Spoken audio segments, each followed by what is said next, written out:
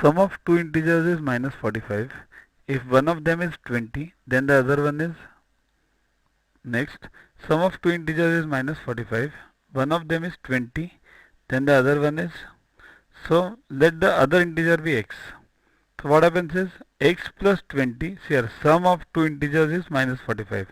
So one of them is 20. X plus 20 equals to minus 45. See here, we have to find out x. So what we do is take this 20.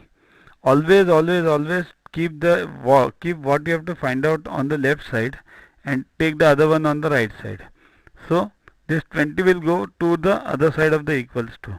Now once the 20 goes to the other side, this sign which it has, it reverses. Means now it's plus, so it becomes minus then. So it becomes minus 20. So x equals to, on this side, minus 45 minus 20. So minus minus is again plus. So 45 plus 20 is 65. The sign of the greater number. 45 sign is minus, put over here, minus 65.